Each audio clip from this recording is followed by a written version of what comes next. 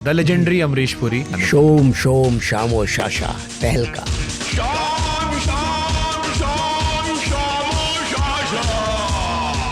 गदर के टाइम कहानी सुनाने गया, अचानक उठ गए, उठ के बोले 1 मिनट आता हूँ। आए, फिर कहानी सुने, फिर बोले फिर 1 मिनट आता हूँ। मेरा हाथ पकड़ लिया, बोले कहाँ आ जा रहे? बोले आंसू पोंछने आ जा रहा था। सनी देओल का गदर के बाद जो करियर थोड़ा डाउनफॉल में गया, उसकी एक बड़ी वजह ये भी थी कि उनके पास अब अमरीश पुरी नहीं थे। हर फिल्म में सनी देओल के पिता अमरीश पुरी, कौन सा कमरा मिला? नहीं मिला। निकम्मे में हो तुम लोग। विलेन अमरीश पुरी। छोड़ दे सकीना को। एक बार छोड़कर देख लिया। गिरे हुए वो लोग होते हैं जो अपने घर में पली हुई लड़की का बलात्कार करते हैं। मैंने सुना पैसों को लेके वो भी बड़े सख्त। बहुत सारी फिल्मों में एक्टर से ज्यादा फीस उनकी होती है। अब तुम्हारे हवाले वतन साथियों में एक वॉइस ओवर करना था, उनका फोन आया, अनिल मैं आज वॉइस ओवर कर रहा हूँ। 4-5 तरीके से वॉइस ओवर कर दिया। तो मैंने उनको बोला सर आपकी फीस कितनी? बोले यार अनिल शर्मा, छी छी छी। अमरीश जी के बिना तो इंडस्ट्री आधी अधूरी हो गई है। मोगेम्बो खुश हुआ।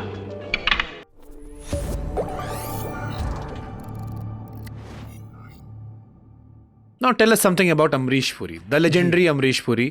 आज की पीढ़ी जो नई जेंजी होगी शायद अमरीश पुरी साहब से इतनी वाकिफ ना हो, लेकिन जिन्होंने फिल्में देखी हैं 70, 80, 90 के दशक की, 2000 के दशक की, वो जानते हैं कि अमरीश पुरी के मायने क्या थे स्क्रीन पर आने। शोम शोम शामो शाशा तहलका।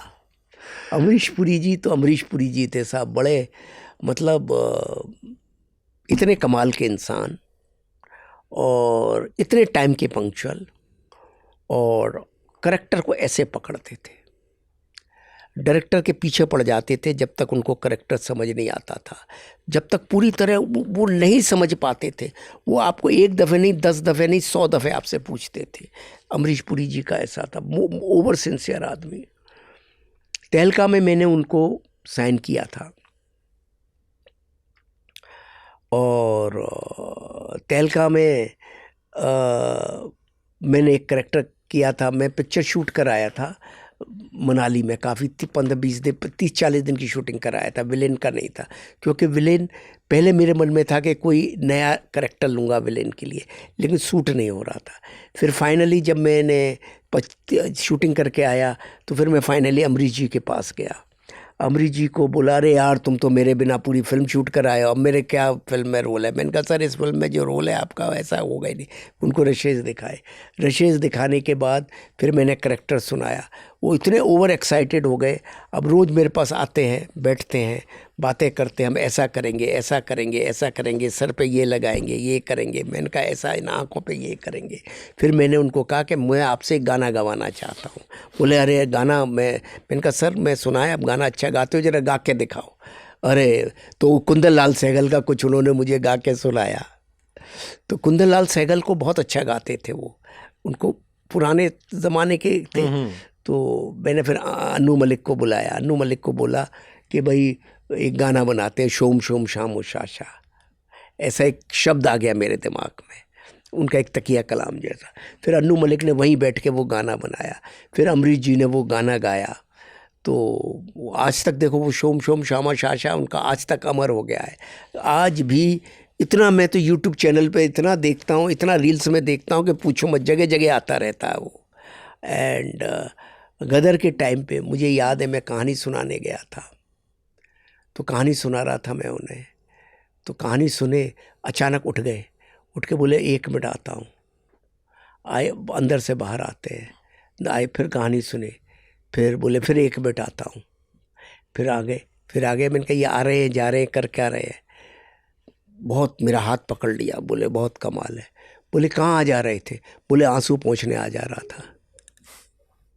बोल मजाक में बोले अगर आंसू दिखा देता तुझे, तू मेरा प्राइज अदा कर देता। मैंने सुना पैसों को लेके वो भी बड़े सख्त थे, पैसों के लेके अच्छी कीमत लेते थे अमरीश पुरी साहब, अच्छी कीमत लेते थे। उन्होंने कीमत अच्छी ली, और वही बोले बहुत सारी फिल्मों में एक्टर से ज्यादा फीस उनकी होती थी। बोले अगर मैं आंसू तेरे को दिखा देता, प्राइज खत्म होने के बाद, बोले तू मेरा प्राइज अदा कर देता।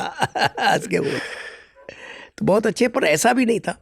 मुझे देखो, मुझे याद है अमरीश जी का पैसों का था, पैसों का हर एक्टर का होता है, लेकिन अब तुम्हारे हवाले वतन साथियों में मेरे को एक वॉइस ओवर करना था। उन दिनों उनकी तबीयत काफ़ी ख़राब थी, तो मैंने अमरीश जी को बोला सर आपका वॉइस ओवर चाहिए। अमरीश जी बोले कि यार मेरे से तबीयत ठीक नहीं है, पर तू वेट कर, कब रिलीज़ है पिक्चर, तब रिलीज़ है। फिर एक दिन उनका फ़ोन आया कि अनिल अपने असिस्टेंट को भेज दे, मैं आज वॉइस ओवर कर रहा हूँ। मैंने भेज दिया, वॉइस ओवर कर दिया उन्होंने। वॉइस ओवर उन्होंने मैं उस दिन आ नहीं पा रहा था, मैं कहीं मिक्सिंग में बिजी था। उनका अचानक फ़ोन आ गया तो बोले तू आने की ज़रूरत नहीं, मैं कर दूंगा। 4-5 दफ़े उन्होंने 4-5 तरीके से वॉइस ओवर कर दिया, भेजा। तो मैंने उनको बोला सर आपकी फ़ीस कितनी? बोले यार अनिल शर्मा, इतनी दोस्ती का क्या फ़ायदा कि वॉइस ओवर का भी पैसा लूँ मैं। तेरी फिल्म है यार, मेरी फिल्म है, पैसे नहीं लिए। और तो ऐसा भी नहीं था कि वो पैसे के लिए बहुत वो थे। और मेरे अमरीश जी लास्ट उन्होंने प्रीमियर अटेंड किया था अब तुम्हारे हवाले वतन साथियों का, जब पिक्चर में नहीं थे फिर भी वो मेरे को प्रीमियर में विश करने आया और आके लिपटे मेरे को, तेरे को सिर्फ विश करने आया हूँ। पता नहीं यार, अब ऐसा लफ्ज़ निकला उनके मुंह से और विश करके निकल गए। उसके 2 दिन के बाद, 4 दिन के बाद, कुछ दिनों के बाद ही वो नहीं रहे। उनको लगता था, तबीयत उनकी ख़राब थी, उनको लगता था कि शायद अब वो नहीं रहेंगे, उनको ये लगने लगा था। मुझे याद है बहुत छोटा सा था मैं तब, बहुत तकलीफ हुई थी हम लोगों को कि यार अमरीश पुरी साहब चले गए। तो मतलब देखो मेरे प्रीमियर पे आए, मेरा ये वो सब, मतलब बहुत ही ही was the most lovable person. मैं कोई एडिटोरियल पढ़ रहा था कि सनी देओल का गदर के बाद जो करियर थोड़ा डाउनफॉल में गया, उसकी एक बड़ी वजह ये भी थी कि उनके पास अब अमरीश पुरी नहीं थे। अगर आप सनी देओल की पुरानी फिल्में देखेंगे, राजकुमार संतोषी का जितनी पुरानी फिल्में हैं, हर फिल्म में सनी देओल के पिता अमरीश पुरी, विलेन अमरीश पुरी। जब सनी देओल के सामने अमरीश पुरी आते थे तो वो जो 2 जायंट्स की टक्कर होती थी, देखो उसने लार्जर देन लाइफ सिनेमा बनाया। हमको इतना अफसोस है आज, अब गदर 2 हम बना रहे थे, हमने कैसे अमरीश जी को मिस किया, कैसे किया। अमरीश जी के बिना तो इंडस्ट्री आधी अधूरी हो गई है। 2 लोग गदर के ऐसे लोग हैं, एक्चुअली गदर से 3 लोग चले गए। अमरीश पुरी चले गए, विवेक शौक चला गया और आनंद बख्शी चले गए। आनंद बख्शी साहब और अमरीश पुरी इंडस्ट्री के 2 ऐसे पिलर्स थे कि इन दोनों की वजह से इंडस्ट्री ने इतना खोया है, इतना लॉस हुआ है इंडस्ट्री का कि ये कभी पूरा हो ही नहीं सकता। बख्शी साहब वो गाने, वो बोलते मखड़े, ओ हो। बख्शी साहब का एक किस्सा सुनाता हूँ आनंद आपको। उत्तम सिंह जी ने एक धुन बनाई, गानों का शौक है आपको बता रहा हूँ। उत्तम जी ने एक धुन बनाई, वो धुन उन्होंने मुझे कुछ वर्डिंग्स के साथ सुनाई। मुझे वो धुन नहीं समझ आ रही थी, वर्डिंग नहीं समझ आ रहे थे, शायद वो वर्डिंग नहीं समझ आ रहे थे, मुझे वो कहानी में सूट नहीं हो रहे थे। पर उत्तम जी मुझे बोले ये धुन बहुत अच्छी है, इसको ले लो। मैंने कहा उत्तम जी कुछ और 1-2 धुन सुनाओ। मैं वो धुन लिखे अपने घर पहुंचा, कैसेट होता था घर में। मेरी पत्नी को, उनको म्यूज़िक का शौक़ है, क्लासिकल जानती हैं वो, तो कलकत्ता से हैं, तो वहाँ का वैसे ही म्यूज़िक का काफ़ी वो है। तो मैंने सुनाई, मुझे बोले धुन बहुत अच्छी है, इस धुन को छोड़ो मत। अरे मैंने कहा तुम अभी नया ब्याह करके आई हो, तुमको क्या मालूम सिनेमा क्या है यार, छोड़ो जाने दो, हमको सिखा रही हो। तो बोले नहीं देखिए मैं कह रही हूँ ये धुन मत छोड़ो, बहुत अच्छी धुन है। क्या ठीक है। उत्तम जी के पास फिर मैं गया, उत्तम जी कोई दूसरी धुन, उत्तम जी ने दूसरी धुन सुनाई, तीसरी धुन सुनाई, पर उत्तम जी बोले नहीं ये धुन नहीं छोड़ना। मैं बोला उत्तम जी यार आप समझ नहीं आ रहा यार, पहला गाना गदर का रिकॉर्ड होने जा रहा है और आप, तो बोले बख्शी साहब आ रहे हैं, स्विट्ज़रलैंड गए छुट्टियों से, वो लिखेंगे गाने तो उनके पास चल के सुनाएंगे। तो फाइनली बख्शी साहब आए, तो बख्शी साहब के पास मैं गया, उत्तम जी गए, तो मैं बोला तो ये ऐसे फिल्म बना रहा हूँ गदर, एक प्रेम कथा। बोले अच्छा क्या फिल्म है? और मैंने कहा देखो उत्तम जी ने एक धुन बना दी है, मेरे पीछे पड़े हो, वो धुन को ले लो, अच्छी है। वो मेरी बीवी भी बोलती है अच्छी है, पर मुझे बिल्कुल नहीं जम रही। उत्तम जी सामने बैठे, उत्तम जी हंसने लगे और बोले अनिल शर्मा इसकी धुन बाद में सुनता हूँ, पहले तू अपनी कहानी सुना। बख्शी साहब को मैंने कहानी सुनाई 2 घंटा गदर की। बख्शी साहब का रो रो के बुरा हाल, सिगरेट जला। वो आनंद बख्शी का स्टाइल लिया था मैंने अक्षय कुमार को, अब तुम्हारे हवाले वतन में, वो ऐसे सिगरेट पीते थे। हाँ ऐसे पीते थे। अच्छा, वही मैंने अक्षय कुमार से मैंने क्या क्लास में सिगरेट पी रहे थे ये ऐसे पीते थे आनंद बख्शू। तो ऐसे सिगरेट पीते जाए, आंसू आते जाए। तो 2 घंटे के बाद मुझे बोले, तेरी फिल्म ये मुगले आजम है, बहुत बड़ी हिट है। बख्शी साहब का रिएक्शन, अरे मेरे मन में सोचा बेल का यार ये ऐसे ही बोल रहे हैं यार, पिक्चर हिट है पर मुगले आजम है यार, हम कहाँ मुगले आजम के एम तक नहीं पहुँच के पाँव तक नहीं पहुँच सकते। मुगले आजम, मदर इंडिया, शोले, ये हमारे जीवन की सबसे बड़ी फिल्म है, वहाँ तक हम कहाँ पहुँच सकते हैं। इच्छा ज़रूर है वहाँ तक पहुँचने की, और वही सोच के ये फिल्म हम बना रहे हैं, गदर हम यही सोच के बना रहे हैं वहाँ तक पहुँचे, मगर हुए नहीं है। ये तो बख्शी साहब ने बोल दिया, बड़ी कृपा की इन्होंने, लेकिन लगा कि नहीं है वो, कहाँ होगा यार। तो बोले उत्तम अब तू धुन सुना।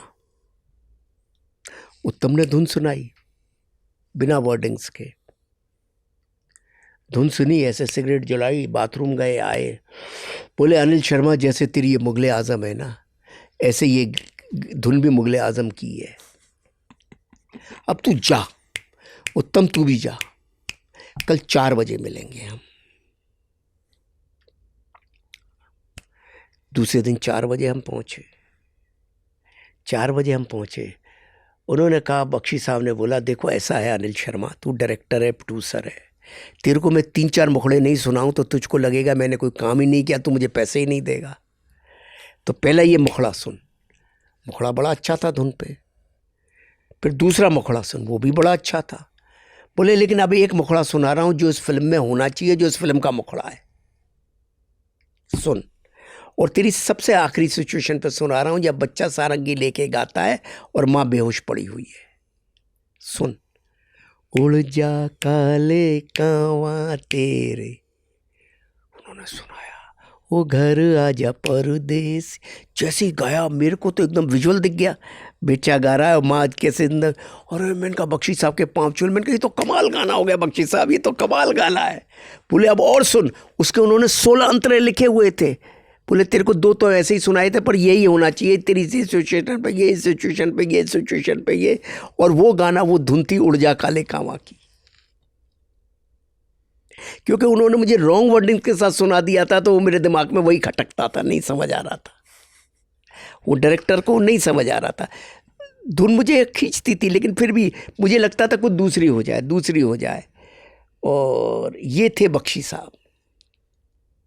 ग्रेट उड़ जा काले कांवा गाना है उस पिक्चर में, तो उसका सारा श्रेय मैं उत्तम सिंह, आनंद बख्शी को देता हूँ।